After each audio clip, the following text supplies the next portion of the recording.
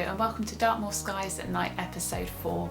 My name's Bryony. Joining me in the video today will be Rob and Tom, and today we will be talking with you about Saturn. During the video this month we'll be covering the history of the observations of Saturn, what we know about Saturn and how we know some of those things, and we'll also be giving you information about how you can spot Saturn for yourself in the night skies.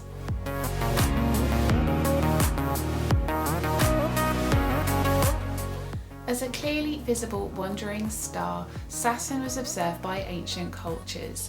Babylonian astronomers tracked its movement, and the Greek astronomer Ptolemy was able to calculate its orbit by observing its movement across the stars. But other than that, Saturn really pretty much remained a mystery to us until the invention of the telescope. In 1610, Galileo Galilei observes Saturn, but he isn't able to resolve very much detail of the planet. So he can see the ring system, but he's not able to figure out exactly what they are. He hypothesises that perhaps they are moons, having recently discovered that Jupiter had moons in addition to Earth. So they were aware that other planets in the solar system had moons as well as Earth. In 1612, he looks at Saturn again and he realises that the moons have disappeared. And 2 years later, when he looks at Saturn again, these objects have mysteriously reappeared. After their reappearance 2 years later, Galileo starts to refer to these things as arms of Saturn. And it's not until 1659 that we discover much more about what's happening with Saturn. At this point, Christiaan Huygens has a much better quality telescope and he is able to resolve much better detail when he observes Saturn, and he is the person that realises that around Saturn is this ring system. He also discovers Titan, which is Saturn's largest moon and the second largest moon in our solar system. Later in the 1600s, Giovanni Cassini discovers more moons around Saturn, and in 1675 Cassini discovers what we now know as the Cassini division, which is an apparent gap between the two main ring systems of Saturn, which Rob's going to talk to you a little bit more about later. And in 1899, William Henry Pickering discovers another moon which comes to be known by the name of Phoebe. Now Phoebe is really interesting as it's a highly irregular moon, and it's the first moon that was discovered to be irregular. So for instance, its rotation period doesn't synchronise with Saturn, which is unusual for larger satellites, natural satellites that orbit around the planet. And it also has a retrograde orbit, which means it goes in the opposite direction to the other moons that are orbiting Saturn as well. But other than that, we don't really learn a massive amount about Saturn until we get to a point where we can send spacecrafts to explore Saturn and send images back to us, which is what Rob is going to talk about next. Thank you, Bryony. When it comes to Saturn, we have sent many fewer spacecraft there than we have to Jupiter, and many fewer than to Mars. It's harder to get to Saturn because it's much further away. Jupiter is 5 times the Earth-Sun distance in its orbit, so it's one Earth-Sun distance is an astronomical unit, and Jupiter is at 5 astronomical units. Saturn is double that distance. It's 10 astronomical units from the Sun. So when you launch your mission, you've got to think about where Earth is compared to that, and a mission will quite often use Jupiter as a gravitational assist to get out to Saturn. So one of the earlier spacecraft that we sent was Pioneer 11, which did a close flyby of Saturn in the late 70s, and it gave us this picture. Pretty stunning for its time. I mean, this was, a daring mission, and although you may think, well, maybe it doesn't look that much better than an amateur image today, maybe it's certainly, from a perspective you can't get it from Earth, and was very valuable scientifically at the time. And then we had Voyagers 1 and 2, so essentially the same spacecraft twice. I guess you half the risks in some ways. I guess if they got the same design floor. But anyway, the voyages, they all worked out fine, luckily. So they were launched in the 70s and they flew past Saturn in the 80s and provided us with much better imagery. Stunning stuff. But yes, both the voyages are still working to a degree. They're still, even after all this time, they're still sending a signal back to Earth which is being detected and recorded, which I find mind-boggling. And they're just about away from the sun's influence. They're just about in interstellar space, which is very cool. So the spacecraft that many of you will have heard of is the Cassini-Huygens mission, which was launched back in 1997, and it got to the ringed giant in 2004, and it stayed in orbit that whole time until it was deorbited in 2017. So a huge mission. It was out there for a long time, and the two parts of it, the Huygens part of it was a small probe which got released from Cassini, and that went down onto that moon Titan, and it parachuted down and landed on the surface, and it remains to this day the most distant surface landing that humanity has ever made. And they had to design the spacecraft not knowing whether it was going to land in a lake of liquid methane or on a solid surface. It was able to manage both scenarios, which is cool. So the Cassini part of Cassini-Huygens was this rather impressive specimen of a spacecraft here. It was quite huge. So you think about the amount of fuel it had to have on board for what it needed to do, and the amount of energy it had to use, and the power of the signal it had to send back to Earth. It ended up having to be as big, essentially, as an American school bus, which is, I guess, like similar to a midi bus here. Yeah. So, very impressive craft. It performed extremely well and sent back data which are still being analysed to this day. It looked at some of the most profound questions that we have about Saturn, and it answered some of them and made some very interesting discoveries. But yeah, that's a summation of what we've done so far. I think in the future there's thoughts about looking at Enceladus, which is a moon of Saturn that has geysers on it. So there's kind of like jets of water spraying up from the surface. So let's have a look at Saturn. Now there is a lot to see on Saturn. It's got to be one of the best things that you can look at with an amateur telescope. It is visible with the naked eyes, as I'm sure Tom will tell us, maybe Bryony too. But yeah, through a telescope there's a lot to look at. So let's start with the actual planety bit. It is vast, smaller than Jupiter. So Jupiter's got a diameter of about 11 Earth diameters. So you put 11 Earths side to side. They fit into Jupiter's diameter 11 times. And with Saturn it's 9, so smaller. But Jupiter's got much more mass. So the gravitational pull at the surface of Jupiter, you would weigh 2.5 times what you do on Earth's surface. Whereas if you were able to stand, I mean it's a gas giant, so you couldn't really, unless there might be a way of, let's say we build a hypothetical platform. You're standing on Saturn's surface, you would weigh 1.07 times as much as you do on Earth, so only a tiny bit more. I wonder what that would feel like. It might be interesting. So yeah, a bit smaller, but still huge.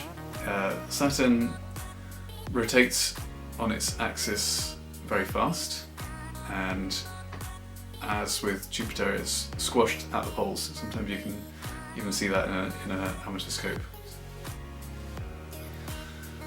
Saturn's rings are absolutely huge. So the ones that you can actually see in an amateur telescope, they're not the whole story. If I look at this image from Cassini, when it could see the rings backlit, that hopefully will give you a sense that there's much more there than what you what you might have thought. So massive, but let's focus on the ones that you can see. So the rings, there are sort of ringy bits and kind of gaps or divisions, and they were labelled in the order of discovery. They're incredibly thin. It is unbelievable how thin these rings are. They vary in thickness from around 1 kilometre to 10 metres. So we're thinking about that, 180,000 miles in diameter and then 1 kilometre thick down to 10 metres. That ratio is absolutely astonishing. They are comprised out of almost pure water ice. There are some kind of rocky, you can detect some rockiness in parts of them, but they're overwhelmingly water ice, and that's part of the reason they're so bright. They're very reflective, very pure water ice, creating a very reflective surface. So we're talking about these gaps and divisions. The Cassini division is the most well-known one, which I'm sure Bryony talked about in the history of observation. It's only relatively recently that there have been scientific papers put forward to explain fairly convincingly that they have explained why the Cassini division exists at all. And it's to do with this moon. This moon is called Mimas, and it resembles the Death Star from Star Wars. And the reason it does that is got this very prominent crater which was formed a very long time ago.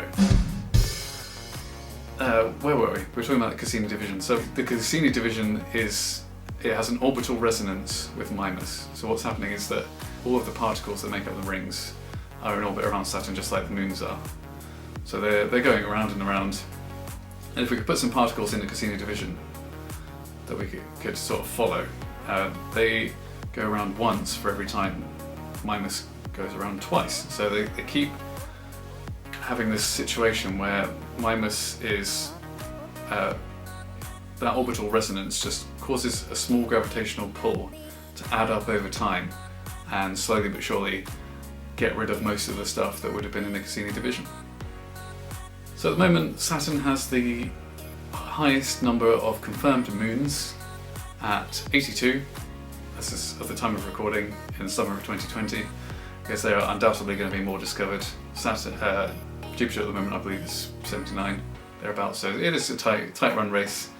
And the question of whether or not do you want to consider a ring particle to be a moon, if not, why not? Maybe let's not go there because it will end up in a sort of Pluto, is it not a planet situation? Maybe let's just avoid that one. But yeah, 82 confirmed moons. There's actually no definition of a moon, which is very strange. Anyway, forget it. 82 confirmed moons, and some of them are very strange. We have this moon here called Pan, which some say resembles a piece of ravioli.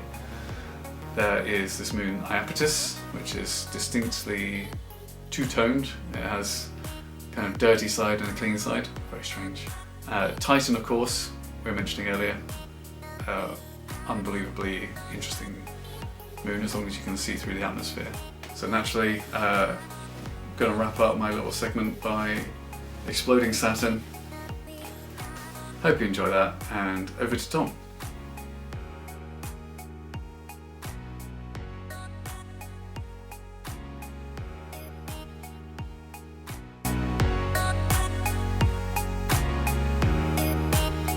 The first time I observed Saturn was out of the window behind me. I had bought a cheap telescope online, it was maybe a few quid, and I pointed at the sky, this very bright looking thing, and I was like, what's that? And suddenly there in the eyepiece was this planet with these rings, and it was the most amazing sight ever. And every time I've seen Saturn from then, has been quite a magical experience. It's probably the first thing I looked at in the sky, and maybe the most phenomenal sight I think anyone can see. Now, I'm going to talk through how to observe Saturn, what you can expect to see using binoculars, telescopes, naked eye, and also a little bit of how to find it and some kind of tips on how best to observe. But first off, I will show you how to find Saturn in the night sky.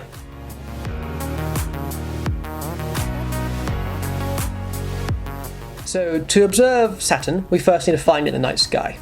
Now it's rising above the horizon around 8:30, but at 8:30 the sky is very bright and it'll be difficult to find it. So you're going to wait a bit later, maybe 9:30, and if you can then 10:30 onwards is definitely better, when the sky is really dark. Now right here I've got a piece of software called Stellarium, which is a planetarium application, and I can sort of demonstrate what the sky will look like. Now to find Saturn, what we're going to do is we're going to go out, find a place where we can see the southeastern horizon without too many obstructions, and then we're going to look for Jupiter. Jupiter at this time of year is probably, well, it will be the brightest thing in the sky nearby. So find the brightest object, which isn't the moon, and that'll be Jupiter, and then just to the left of it you'll see a slightly dimmer object, and that'll be Saturn. Now we can see, if we turn the constellations on in here, that Saturn and Jupiter are both in the constellation of Sagittarius. So a nice challenge, if you're looking especially with the naked eye, is to try and spot some of the nearby constellations and Sagittarius itself, see if you can find those stars. Also, if you look a bit further up, you'll see the Summer Triangle, which is a very bright asterism. So it's made up of Deneb, Vega and Altar. And that kind of marks the course of the Milky Way. The Milky Way is coming across down to near Saturn and Jupiter. So if you're in a place with a good dark sky, or you've got access to maybe drive somewhere such as Dartmoor where the sky is very dark, then that's a wonderful sight to see. And kind of this milky band stretching across the sky.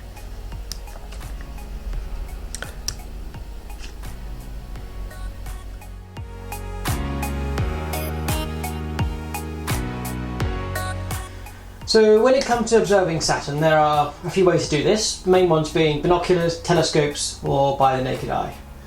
Now first off, with the naked eye, you're not going to see the rings or the moons of Saturn, but you will see quite a spectacular, bright looking object in the sky. It'll be near to Jupiter, the Milky Way will be behind it, there's lots of constellations around it. So just kind of going out there, taking in that view, seeing the planets, the moon, the Milky Way, is quite an awe-inspiring thing to do. And even if you have got a telescope or binoculars, I really recommend doing that first, getting out there, just kind of putting yourself and those planets in perspective.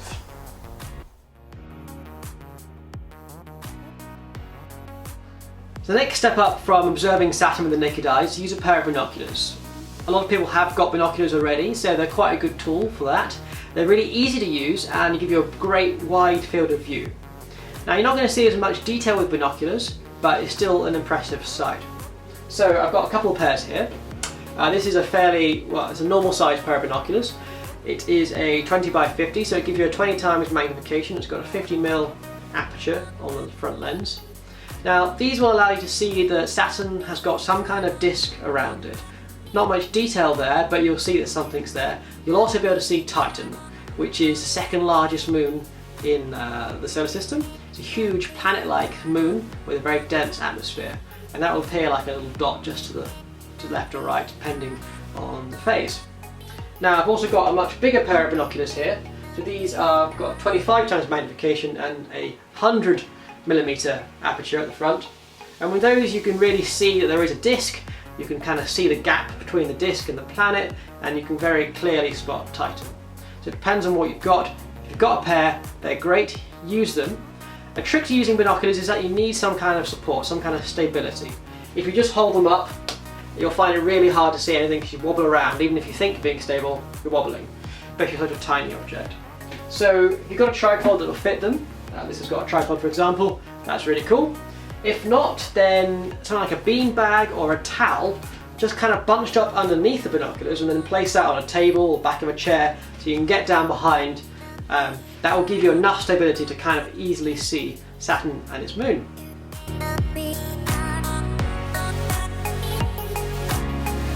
If you are observing Saturn with a telescope, this is where you'll really start to see some more detail. Now, the surface itself of Saturn is less kind of dynamic than that of Jupiter. It's a lot further away, so there's less kind of power or solar energy to make large storms. But there are some slight bandings which you can pick out with a slightly larger telescope. If you have a magnification of 50 and up, then you can start to really pick out the rings. With a magnification of about 100 times, you should be able to see the divide between ring A and B, and that's quite cool to see. The rings are currently tilted at about 22 degrees to our point of view, which means you can trace them as they go right behind Saturn. So that's quite an entertaining challenge to set yourself. Go out there, observe, and see if you can spot the rings all the way around. If you've got a sort of 4-inch telescope, an aperture that is, then you should be able to start seeing some of the other moons, not just Titan. You should be able to see maybe Tethys, Bryony, Rhea, Iapetus. And if you've got a sort of 6-inch telescope and bigger, you may be able to pull out a little bit of yellowy colour from Titan.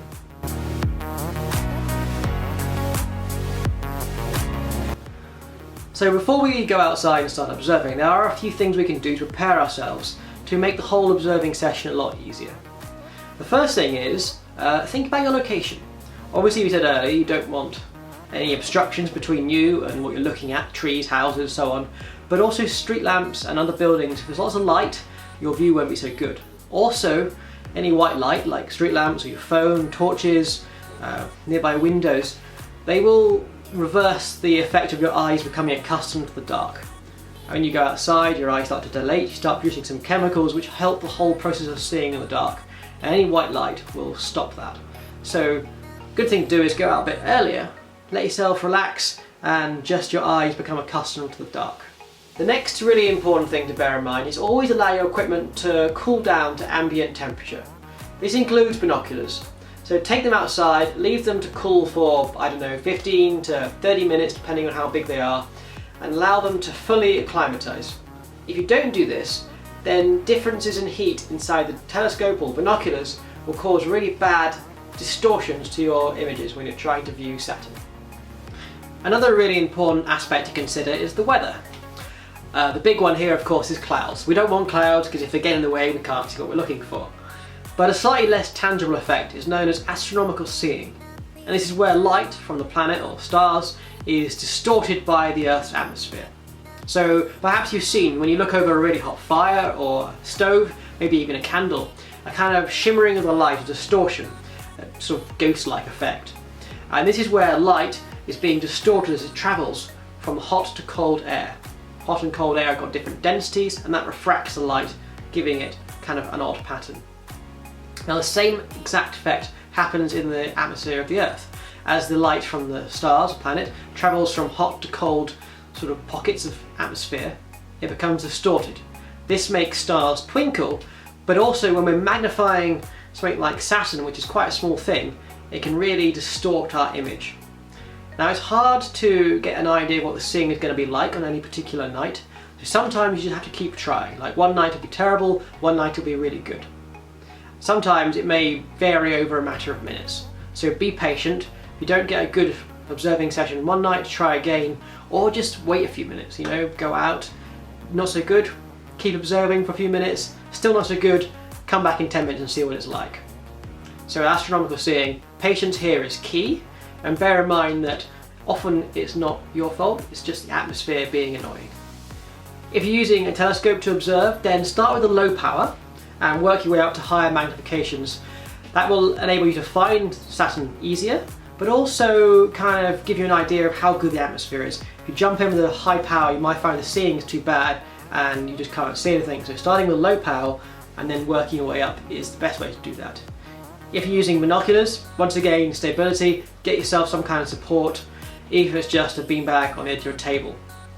And if you're using the naked eye, then really allow yourself to adjust to the darkness.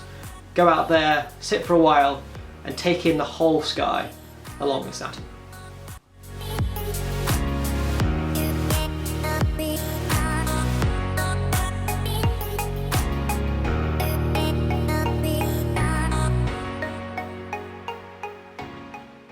It's only the night sky.